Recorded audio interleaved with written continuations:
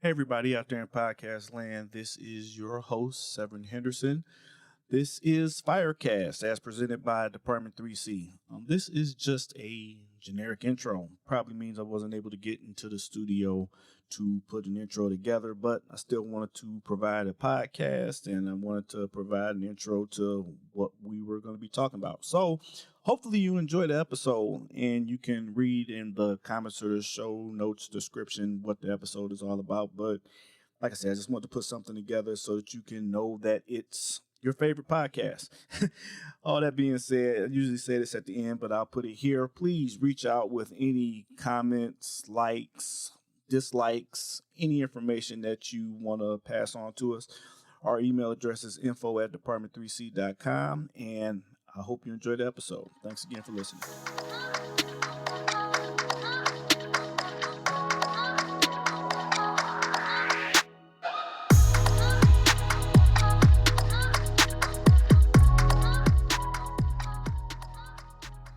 Gentlemen, thank you so much for joining me. We're today, even though we don't have the video going, we'll still. Oh, she got a video going. That's cool. We're at the Black Heroes of Fire.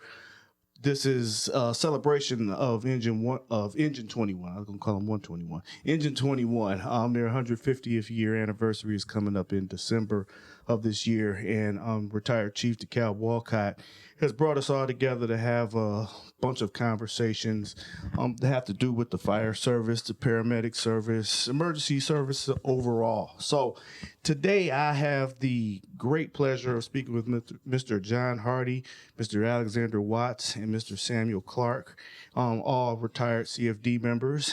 And I can't introduce them any better than they can introduce themselves. So we'll start with you, Mr. Hardy. How are you? Can you introduce yourself and tell us about yourself?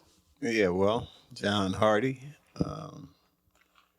I am one of the members of the EMS that started back in 1970. Cool. It started with me and Al and Skates and Elijah Strickland, to name a couple other brothers. It was a program for people from targeted areas, Vietnam veterans, which I was a veteran. And I got into the program. Okay. Before I keep going, I would be remiss if I didn't mention today is September 11th. Everybody in the United States, all over the world, knows what happened on September 11th, and we are in a rescue service and a rescue capacity. So we do have to mention that. So, maybe later on in the podcast, we'll talk about where you guys were at that time and what you had going on. That sound good to you, gentlemen? Cool. Okay. Yeah, okay.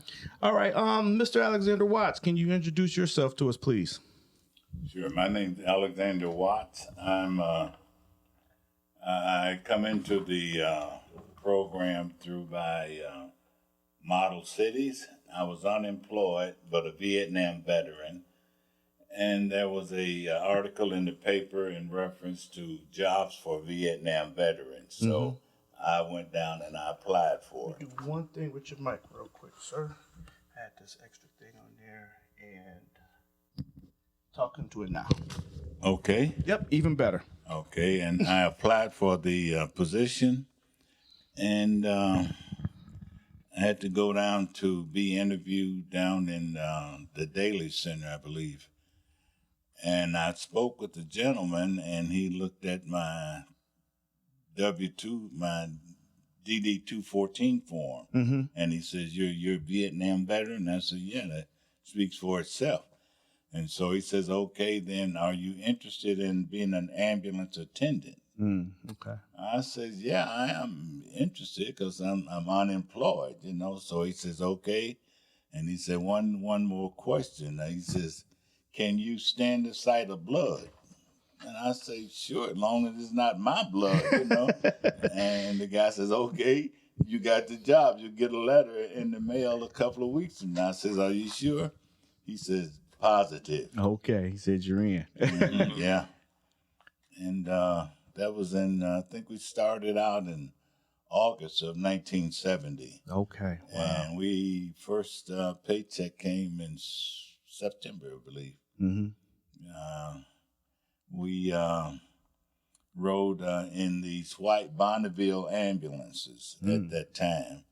And it was set up so the firefighter would drive. Mm-hmm. And there was a little gurney on the side behind the firefighter, and it was what we call a jump seat. Mm-hmm. And we would pick up people off in the streets. There wasn't too much we could do other than get them to the hospital as fast as possible. Okay. And it originated from there. Okay, that's awesome. That sounds great. Okay. Mr. Samuel Clark, can you introduce yourself to us, please? Yes, sir. Well, I came on the job as a paramedic in 1981. So these gentlemen, John and Al, paved the way for me. Okay. I came on in 1981 as a paramedic. You had to be a paramedic to come on the job at that time. Mm-hmm. You went to school prior to coming on the fire department. So I came on as a candidate paramedic. In 81, I was, my first assignment was ambulance 38, which was right over here in Hyde Park. Mm-hmm. Then I went on to other assignments after that, and there were different ranks. You came on as a candidate, and then as you had your year on the job as a fire paramedic, and then it was paramedic officer, and then field officer, and so forth. But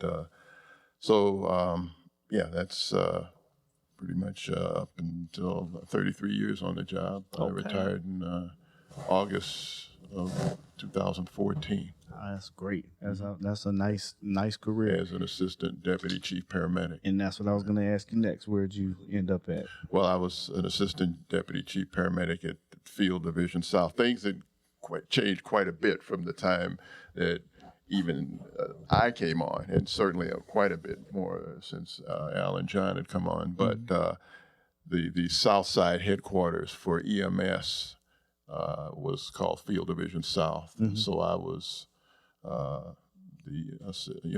in charge of the South Side paramedics for my shift at Field Division South. Okay, so, that's outstanding. Yeah. And you came on when I was coming out of my parents, 1981. So okay, all right. Yeah. Yep. So that's okay. That's awesome. For Mr. Watts and Mr. Hardy, where did you guys end up when you retired? What was your highest position that you were at?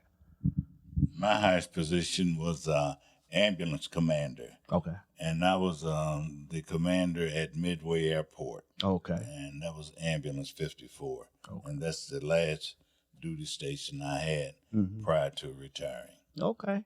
Mr. Hardy, how about you? Well, ambulance 25 was my last assignment. Okay. So you guys, we'll start with you. You started in 1970, kind of where the service began. And I've heard different types of stories of how the service began. I heard first it was under police. Then fire kind of picked it up just to help out.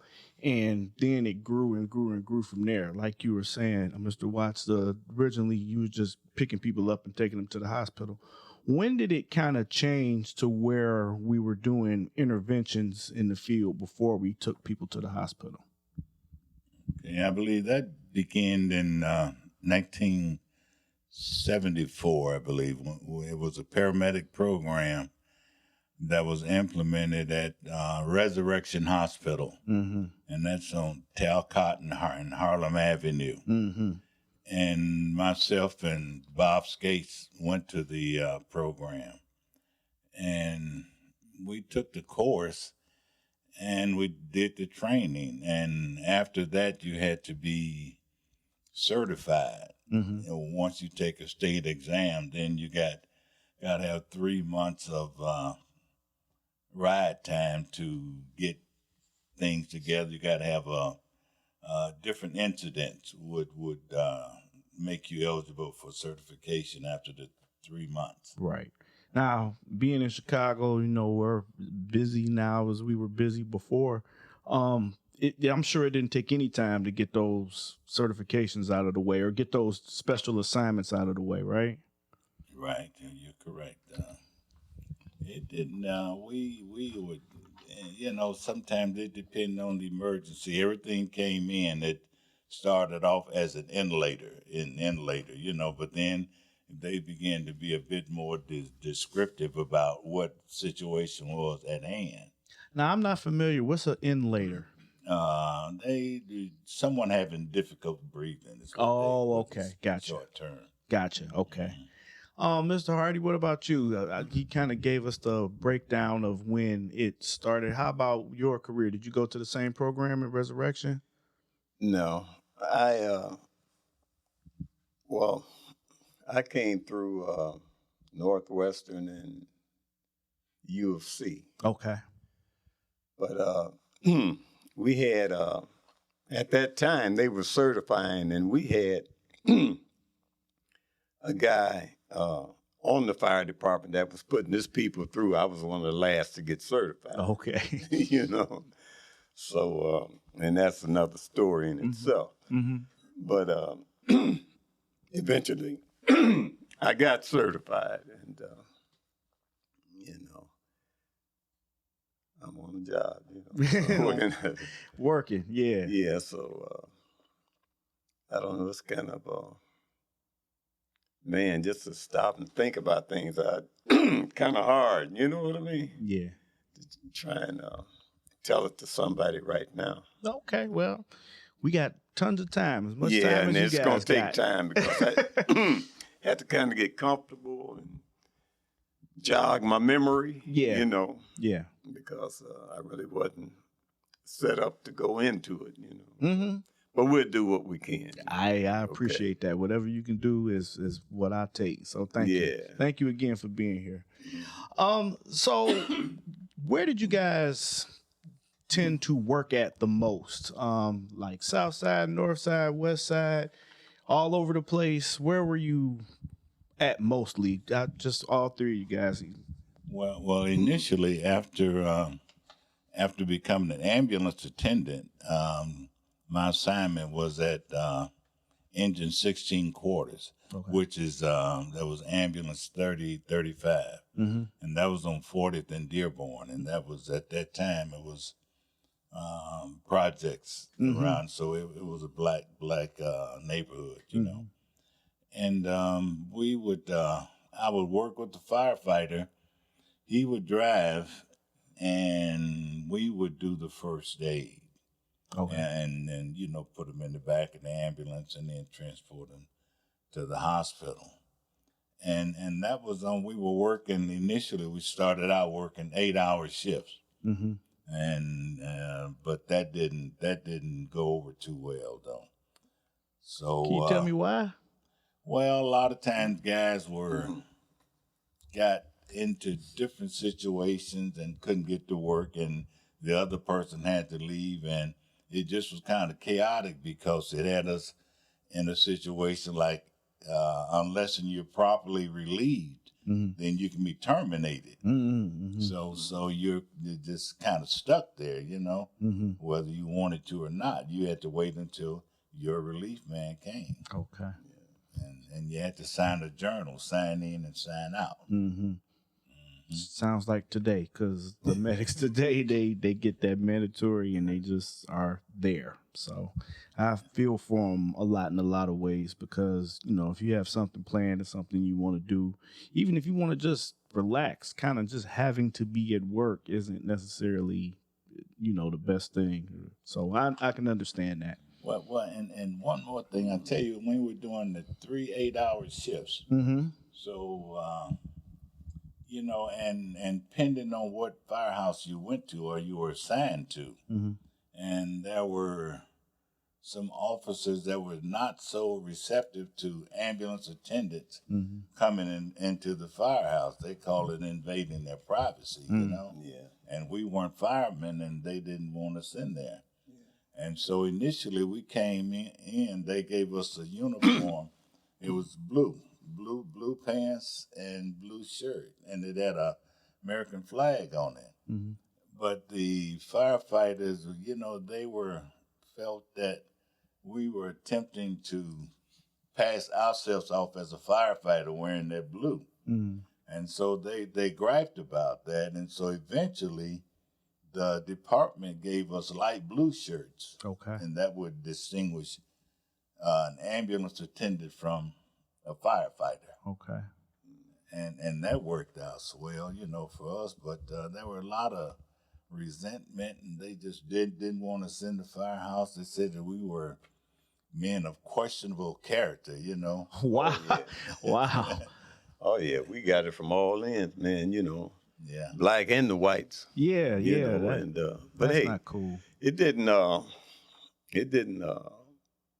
bother me, because as long as they didn't put their hands on me, you know. Yeah. I'm going to, you know, do my job. Yeah. But it's just something, you know, how we weren't a part of the blacks that were on the job. Mm-hmm. And we out there trying to help our own, you know, and we getting all kind of flack, you know. Yeah. You know, I guess they were a part of the group that they were a part of, you know. Mm-hmm. So, because we weren't firefighters. Mm-hmm. But it was a program that started to help people that, because doctors didn't make house calls, you know, and the ambulance was just there for firefighters. It was not an EMS service. Really? No. Didn't know that. So no, it was just for firefighters only got for hurt. firefighters that got hurt. Okay. I didn't know that. So it was not an emergency medical service. Okay. So, you know, we came along and started that program, you know, and then we kept upgrading ourselves, you know, and became paramedics. Okay, that's ambulance attendants to paramedics. Paramedics, yeah, that's awesome. Yeah, but initially coming on, they told everyone that we would eventually become firefighters. Exactly, and we would work in hand with the firemen, learn how to roll hoses and pull ladders, you know, extend ladders and stuff like that. But, you know, once we got into the firehouse, it was no, different you're not story. A firefighter, yeah. Yeah, but see, Daly told us that, and then he died. Oh, okay. So them plans. Yeah, see, he brought us on and put McCarthy over us, you know, and, you know, he, because he, you know, at that time, there was no union. It was just a handshake. Yeah. And he told us, you know, he talked to us and told us, he said, you guys will be firefighters. Okay. You know, because they was trying to get away from that scandal, I guess, they had with the police and fire selling bodies, you know, to funeral homes. Now, I was about to say, tell us a little bit more, just a bit more in depth about the selling bodies, because that was more of a election type of thing, wasn't it? Not election. It was just standard that was going on at the time. Okay. Can you explain it to me, please? Well, you know, when you had an accident on the streets, well, the police would remove the bodies, you know, if there was a fatality or anything like that. Right. Or, and then take them to a funeral home. And the family would have to get the body from that funeral home. Oh, man. You know, if the funeral home did not do the service. Okay. So that became a lucrative practice. That turned into a scandal. Yeah. That eventually brought us on to keep it down. Okay. Yeah. So, I mean, you can look into it. It's history. I definitely will. But it's something, you know, I heard and learned about a few things. There's going to be one more I add to the feather in the cap to learn a little bit more. So thank you. It's interesting to hear what you say, you know, about the they're talking about how it was with the firefighters, with the ambulances transporting firefighters only from fires, and that's exactly the way it was. Private ambulance companies used to handle house calls. And fast forward to 2022, when you can dial 911 in the ambulance, and you get 2 fire trucks and an ambulance, and they rush up to your house. It wasn't like that back in the 50s and 60s. Okay. It didn't start really until you guys came on, Al and John, because prior to that, the private ambulance companies, and I worked for 2 or 3 private ambulance companies before I even came on the fire department. But by that time, fast forward to 1981, the EMS system had evolved to what you see on TV pretty much, with Emergency One and all that, and telemetry and doctors talking to paramedics over the telemetry radio, and them starting IVs in the field. Didn't do any of that stuff back in the day, as we say. Yeah. And so it was a lot going on that like they said, that caused some scandalous things that were going on, and people were making money and taking money, and the private ambulance companies were in on it too. Yeah, I can see that. So it would kind of be a race to a body, so that you could essentially get paid extra, like if you. They had ambulance chasers. Not the lawyers, but just the regular ambulance chasers. Okay. And they had them when I came on the job in '81. And ambulances were chasing. I mean, ambulance chasers and tow truck drivers and everything else.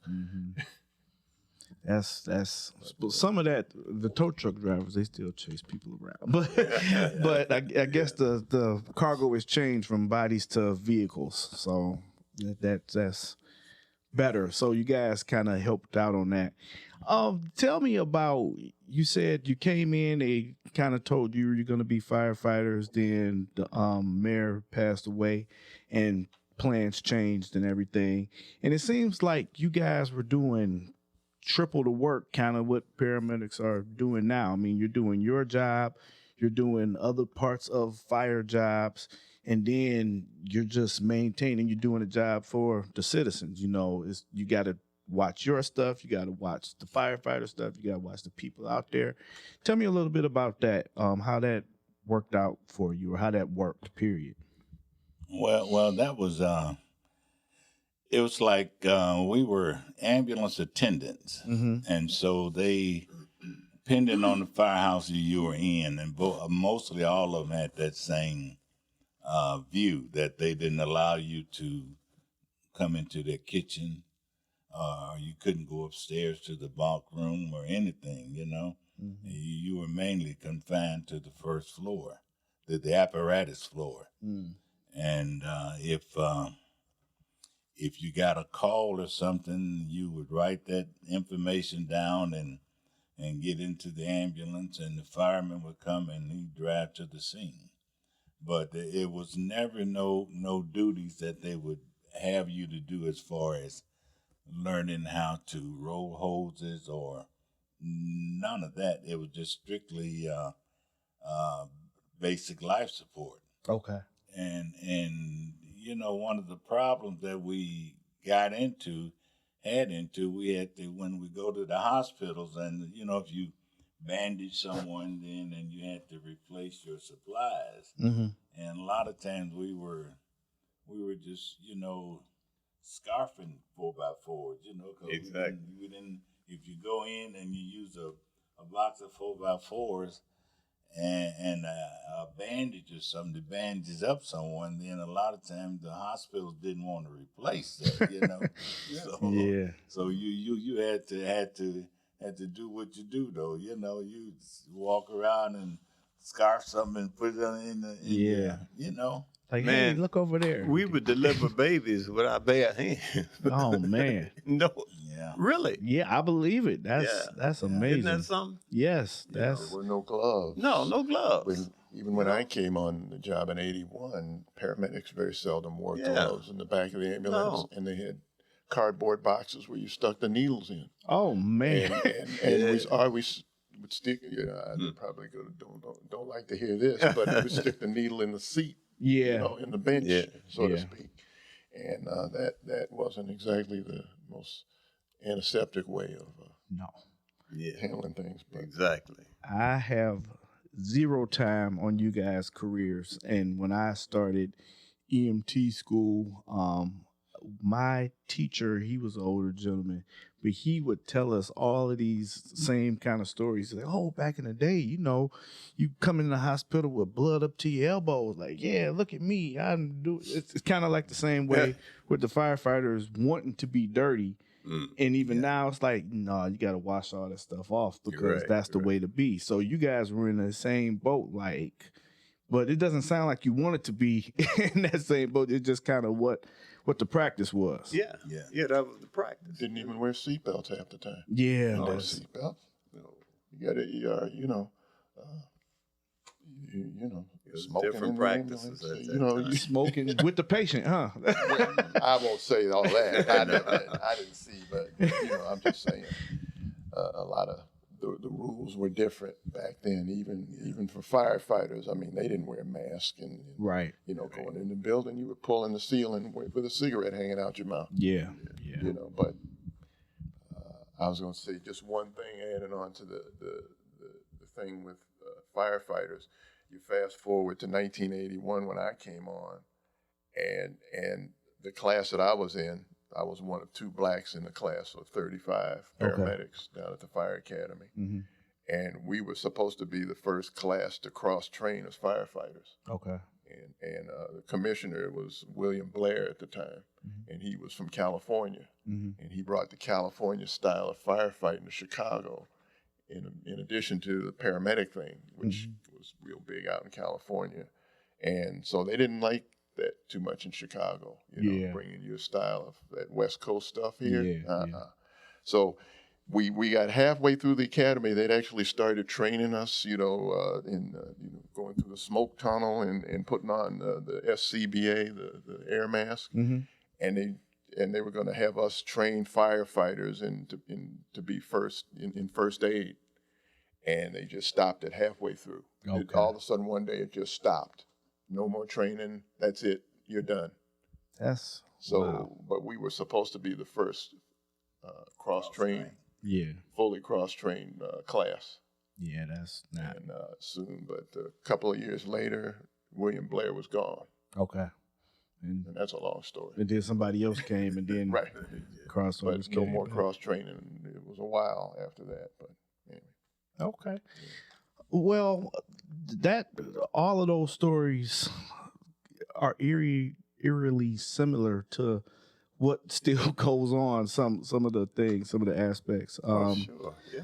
The thing that disappoints me, and I know it's nothing we can do about it now, but you say there were blacks already on the job as firefighters, and even they wouldn't show you anything or talk to you or tell you anything. That's the part that kind of hurts my feelings. Well, very, very few. The only ones that would be a little receptive to you were the firefighter driving the ambulance. Okay. But other than that, the other guys that were on the engine or the truck, association with them was very minute, very little. Mm-hmm. Yeah, it was a difference, we weren't a part of them, and they made it obvious, that we were not, which we weren't firefighters, but we were out here doing our job, man. Yeah. You know what I mean? Helping our people. Yeah. And helping all people. Yep. Yeah. That's the part that I appreciate you saying so much, because like you said, you were helping everybody, and at the same time, you're doing an outstanding job, and it's kind of like, I don't know. It just seems like it would be difficult to continually go through that day in and day out. You see, it's a difference when, you go out to help someone, and you get an assist, an ambulance assist is standing around with your hands in your pocket. Yeah. You know, that used to happen. Yeah. You know, because I've had guys say, man, I didn't come on this job to be a doctor. I've heard that even You now. see? Yeah, but what about helping your people? Yes. You know? A lot of that, you know, and, you know, we saw that. Mm-hmm. You know, had to come through that, man, but we had to continue to do our job, you know. But you did an outstanding job at that. And that's the work ethic that I wish that would still pass on and kind of happen now. All too often we have people who use that same line. Yeah. And like I said, I ain't got no time and I'm still trying to help out. There's people who got less time than me saying, I didn't come on here to do this and that Right. and the other. And it's See, like, they're come waiting on. on something to burn down. Yeah. When the job has evolved to helping the Everyone. citizenry. Yes. You know? And I didn't even know that the ambulances were just for firefighters. Like I said, that's something new that Oh, yeah. I always thought it was there to help people. And like I said, I heard it was just through the police department. The police department kind of dispatched the ambulances and things like that. Yeah, well, people will muddy the water and make you think it was like that, Okay. you know. Well, that's why, we can clear it out, put it through a sift, and Yeah. put it through a strainer. The EMS that you see today has kept fire. The EMS that you see today has kept firehouses open That because is, a lot of these fire trucks you see running up and down the street these days, and for a good while, they're going to EMS calls. Mm-hmm. And there's fewer buildings burning. Yep. You Yep. know, as technology improves, you know, but so yeah. People always gonna be sick. EMS has kept firehouses open. A lot of people don't like to hear that, but You're EMS right. has kept firehouses open. It's like a undeniable truth. I mean, we know that that's the case. I mean, number crunchers know that that's the case. We don't want to see any companies go out of service, whether No. it's fire or ambulances, but definitely in the city, absolutely. it needs to be more Right. ambulances. But it's nice to be acknowledged. See, when I came on the job, and certainly when John and Al came on the job, you know, this is a job. It was repeated on a daily basis. This is a job for firefighters. You were made to feel as though you were second-class citizen, which isn't, as though you were, we'll allow you to be on our job. yeah, that's the word. And that's the kind of things you used to hear Yeah, I and believe it. feel. And they treated you like a second-class citizen on a good day. Yeah. Yeah, that's true.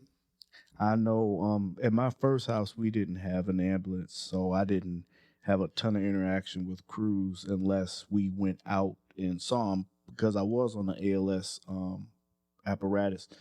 But now I'm in a house that has an ambulance, and we try our best to, because they are bearing the brunt of everything. They go out all day, all night. Like I was explaining to you, the mandatories that they have to stay a whole extra day, not just some hours. They got to stay a whole day.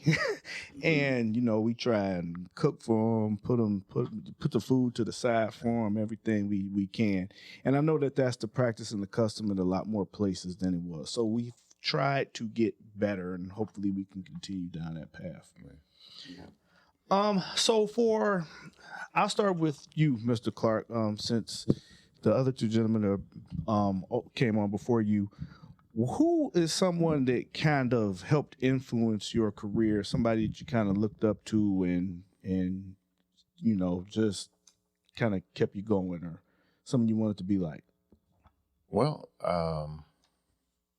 the person that probably influenced me in terms of being a paramedic, when I first came on the job, I didn't know Al and John, although later on they did influence me, and like I said, they paved the path for a lot of us, including myself. But my father actually was the one that influenced me.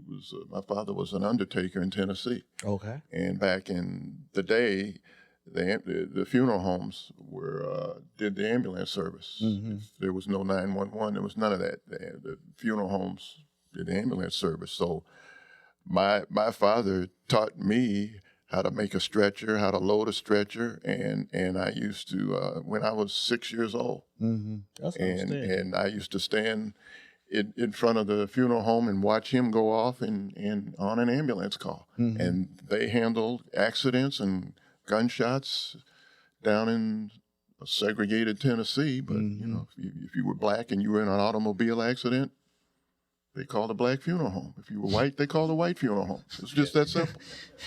And you went to the black part of the white hospital if you made it there. If you made it there, Right. yeah. So, I mean, I say all that to say that the seed was planted in me then. That's an unusual story. That's not your typical, but No, I love You that know, story. but That's, it is. and not just being my father. He influenced me in other ways just because he was my father. But that's where the paramedic seed was planted. I didn't realize that till later, and it just, you know.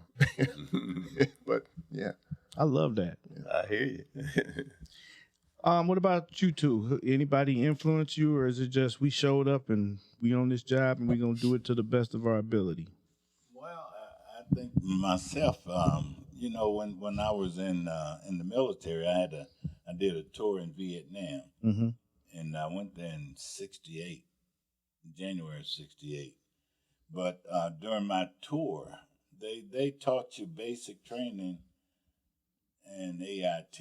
You know, that they taught you first aid though, and so you didn't really dawn on me about this until I got in Vietnam. You know, and so then I wanted to really be able to help somebody, and if I was less fortunate than the next guy, I would want him to do the same for me. Yeah, absolutely. So I think that's where I come up with that though, you know. But it's just a blessing that when I got out of the military, although I spent some time in hospitals, and because I got a lot of injuries over there, but I spent time in the hospital, and so when I came to stateside, I wanted to. I ran the streets for a while though, but then I said, this is crazy though, you know. And so then the article in the paper about Vietnam veterans working as ambulance attendants, so it, you know, a light bulb come on. So I'm like, okay, maybe I can do this, you know. So I pursued it though, you know, and it worked out for me. Awesome. Mr. Hardy, how about yourself? Yeah, well, I was a Vietnam veteran, and I had no medical training. Just trying to shoot straight. You understand? I was recon, and you know, when I came back, I was working on the waterfront. I was a longshoreman in the Union, and Mayor Daley's Youth Foundation is where we took the training. But I had a guy come over and tell me, say, hey, Johnny, they're training Vietnam veterans, you know, to work on the ambulance for the Chicago Fire Department. And that was Maurice. Yeah, Maurice Burke, a good friend of ours. And I guess his mother was politically connected or whatever. But he told me about the job, and I went up and went over there and filled out my application. Started with the Chicago Fire Department then. Rest is history. All good from there. Well, those are outstanding, great stories, and they're very inspirational for not only myself, but I'm sure for a lot of the listeners. And another question that keeps coming to my mind: you guys went through the paramedic program first, and you went from ambulance attendants to paramedics. How did that go? Like, was it like a big shock? Was it more of like? I guess the question I'm trying to get across is, what did you learn in paramedic school that was just different from ambulance attendant? Well, in ambulance attendant, it was just really just basic first aid. Yeah, if there's bleeding, you would, you know, put a dressing on it and bandage it. But with the paramedic program, we encountered, you know, people with asthma attacks. You know? Okay. And whereas with basic life support, the only thing you could do was to give them resuscitate or give them oxygen. You know? And transport them. But as a paramedic, it enabled you to start an intravenous line, give them medication that would enhance their breathing, though, you know. Mm-hmm. Chance of survival goes up and everything. And then in the event that it was a heart attack, all you did was just transport with oxygen and get them to the hospital. But as a paramedic, you were able to start IVs and administer medication to prolong that person's life. Okay. Well, the number one question I won't ask, because I hate this question, is what's the worst? Because nobody wants to remember and think of all of those things. But I'll ask a variation of it. What was one of the best days that you guys had while you were on the job? One of your best, something that really stood out to you, made you proud, that you can kind of still think of now? Stumped you. Yeah, It's a loaded question. Yeah. yes, it is. You know, 'cause I never even know. In terms of more or less. Could it be a Best- retirement day? Like, yep, best. I'm out of here. Oh, There you go. There that's you up there. I know that. Hey, listen, that's a good day. Yeah, I've had many good days. there's a lot of Many good. good days when you help people. Yeah. And there's a lot of things you see that are funny. It's not all blood and guts. Exactly. There's some Yeah. things that make you laugh till you're crying. Yeah. And Al was my partner on Ambulance 29. And we had some days, man, when we just laughed. I mean, some calls that make you laugh, and then other calls that make you say some other things. But but you know, I don't have thinking an about answer for that right now. I don't have an answer. thinking of you know, I'd I'm have just to bring more of that over a little bit. You don't have, like I said, the retirement day can be it. So we survived it. you We survived. survived it. That's We're what- here to talk about it. Exactly. I have this question and then one more, and I'm gonna let you guys get out of here. At the beginning of the podcast, I kind of talked about September 11th, and all of you gentlemen, you were still on the job then, and you know what? I didn't get you two's retirement dates. I got your last house, but I didn't get when you retired. Okay, my retirement date was 2000. Yeah, I retired 2000. 2000. Okay, so you weren't you retired before then too? I retired a year after you, didn't I? I believe. Yeah, man. I hope this ain't Alzheimer's kicking in. But I'm gonna tell you, man, things that are behind me, I leave behind. I'm with that. I mean, that's been my life. I'm with that. You know, things that have happened to me, I have to kind of sit down and think about it. Mhm. You know, but it'll come to me later. But Yeah. you know, Just but I retired a year after Al. just to pick it out.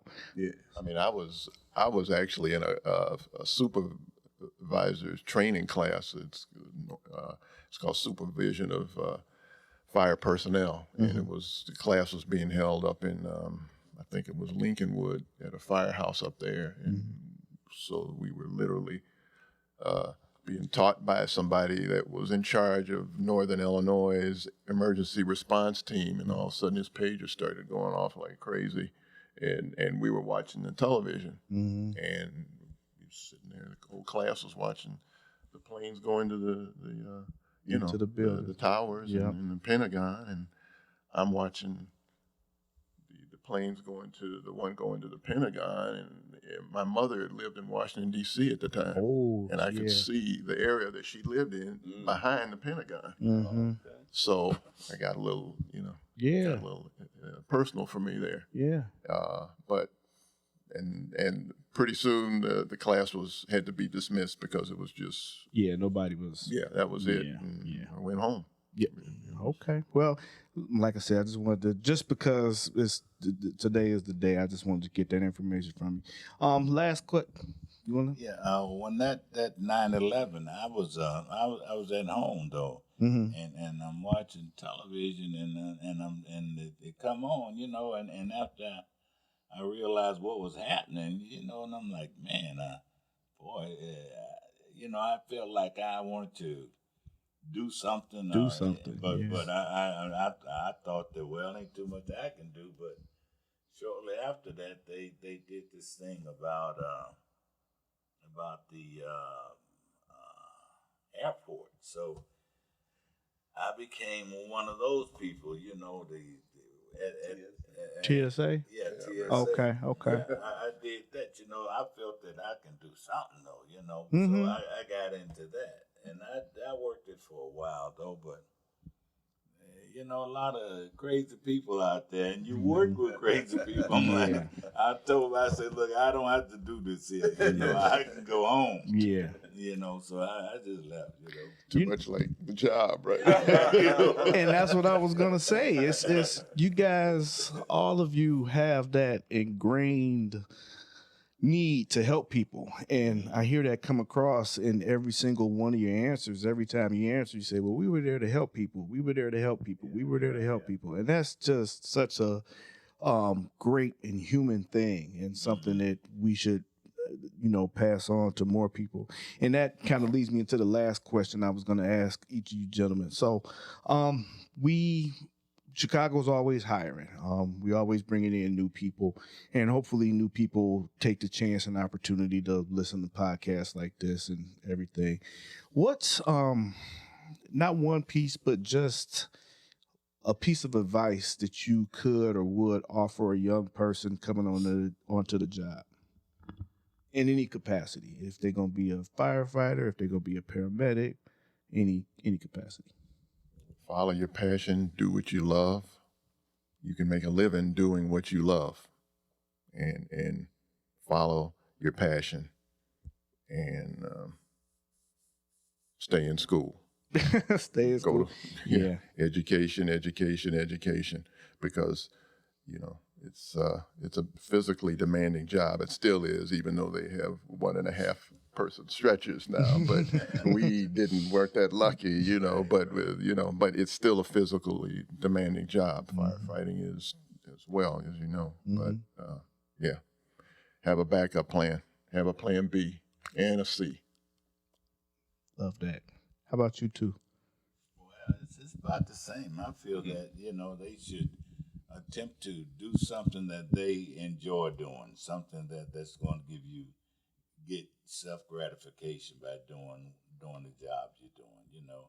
And I found that over the years, as a paramedic and an ambulance attendant, you found that a lot of people didn't have that. They were there for the money. Mm-hmm. They didn't give a heck about this guy laying on the ground or whatever, you know, just my paycheck. You know? Right. So I feel that if it's something you enjoy doing and you have the heart for it, then that's what you do.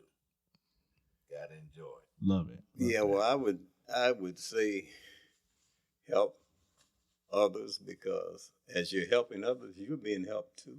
Yeah. And you know, we need to pass that on, because we all need help. Mm-hmm. You know, and you know, that's the way it is in life, man. You know. And you know what? Like I said, I won't beat you guys over the head with any more questions, but I just want to make a quick statement. I really appreciate, more than you know, probably more than words can even express, you guys' words of wisdom, your words of encouragement, and your story.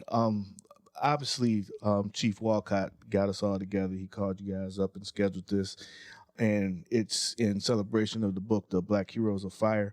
But you guys are the epitome of what these gentlemen on these pictures right here did. They say, well, we're going to get out this door faster, not just to help us. We're going to go out there. We're going to help people. Yeah. And you guys have just made my day with just the words of helping people. And like you said, it's something we need to pass on to other people. And I hope that people can take that to heart and take that to mind and go on and go forth and keep doing that. Can I just say one? Absolutely.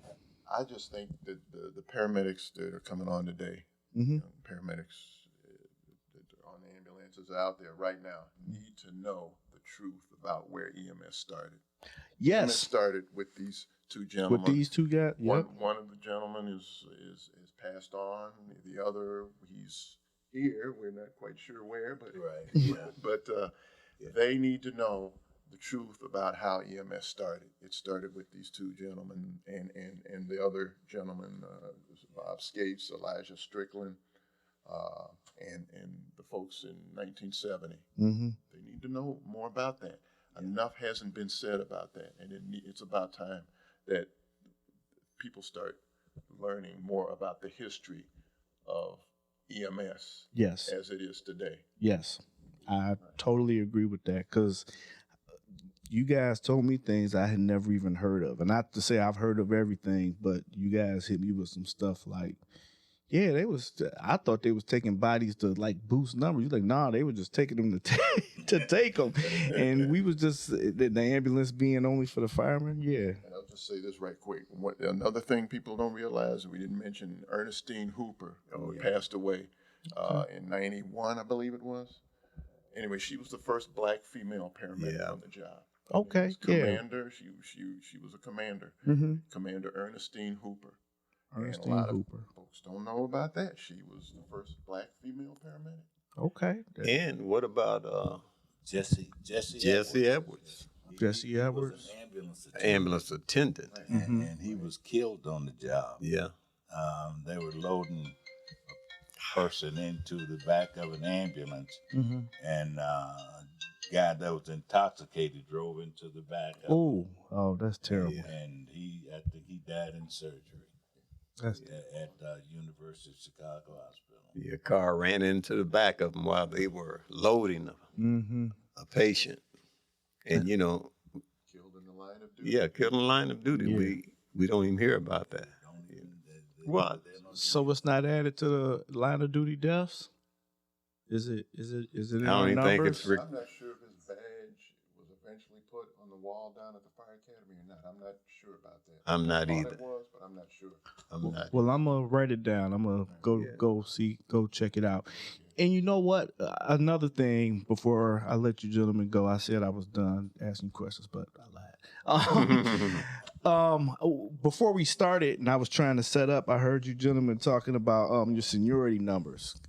Just give me a quick breakdown of what you were saying and going over with the seniority numbers. Well, the seniority number was implemented when we came on the job. So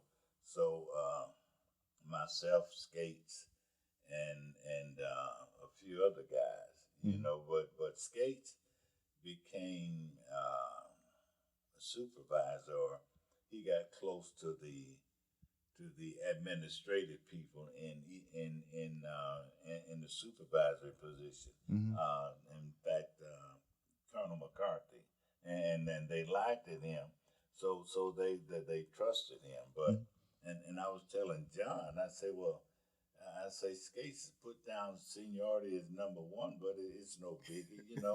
Right, I said, but had right. I made the seniority list out, I would have been number one. Okay. So that's how it started. Yeah, because see, we were all down in Mayor Daley's Youth Foundation. Right. See, that's where we would train, and then we would go to the academy for our first aid training. Okay. You know, we do our physical training there. And I was working before that across the street at Navy Pier. Okay. You know. That's Yeah. Well, awesome. I was seniority number 364. So, you know, when these guys came on the job, I was still a student at Kenwood High School. All right? Okay. Well, that even still, that's great. I love looking at those numbers and just seeing how things change and evolve and, you know, get better. And you guys have definitely helped. You know, they always say make things better for the next person. And you guys have definitely done that. So. Yeah. But like me and Al was saying, see, we were combat veterans, you know, war veterans, and see what we got. Yeah. Right. Hey. No more than what the union gave us after we got into it. Yeah. Yeah. Well, I'd just like to say thank you for that, and thank you for your service on the fire department. Yeah, absolutely. Because you know, you can't get thanked enough as far as I'm concerned. But it was rewarding Haven't been enough thanked to be enough. on it, Yeah. you know. Yeah. You know, I'm not looking for And, have a decent person working with you. Yeah. And like when Sam and I worked together, you know, Mhm. it was a fast running rig, Mhm. ambulance 29 on 104th and Vincent. Yep. And we run all day, all night long. Yep. You know, so you had to couldn't get put rocks in the jaws every time the bell ring. You know, so we worked it out though. You know. And it was a 4-wheel drive ambulance too. So Oh, when so- you had to lift the stretcher up, you had to bring the chest stretcher up to the all chest. the way up. Oh, it's fine. It's fine. So it was like you had to. There was some grunting going on there. Yeah. You know, it was like. In fact, I got some photos of me and him when we was transporting the patient. Yeah. Okay. Well, you're gonna have to let us check some of those out. I was on 29 for a day. Were you? Yep, because like I said, I came on as a paramedic, but on the fire side, so they would switch me onto ambulances every now and then. So and I'm not a city medic, so a lot of the medics don't give me credit, which they shouldn't. But I was a medic anyway, and I had my ambulance times, and that's what makes a day outstanding. If you have a good partner, you got a good day ahead of you. If y'all can laugh and joke and talk and and you know just vibe, it's a great day. Laugh, that's for sure. Because some paramedics have a weird sense of humor. I tell you, Man, we used to ride around and go to the Harolds and Limbs and just have a sheet over us. We get a run, we wrap it up. Put it to the side. Yep. That's how we would eat. eating off the dashboard. Eating off the dashboard. Yes, we say We wouldn't make it back to the firehouse to eat. Right. sun comes up and you got a plate of food, just trying to stuff it in a little bit so you can get there. So, gentlemen, thank you so much. Okay, I really man. appreciate you guys. You guys have a great rest of your day, rest of your week, rest of your month and year. And I hope you enjoy this episode when you get a chance to hear it. All right, yeah. All right. Thank you. Bye-bye. Thank you. All right.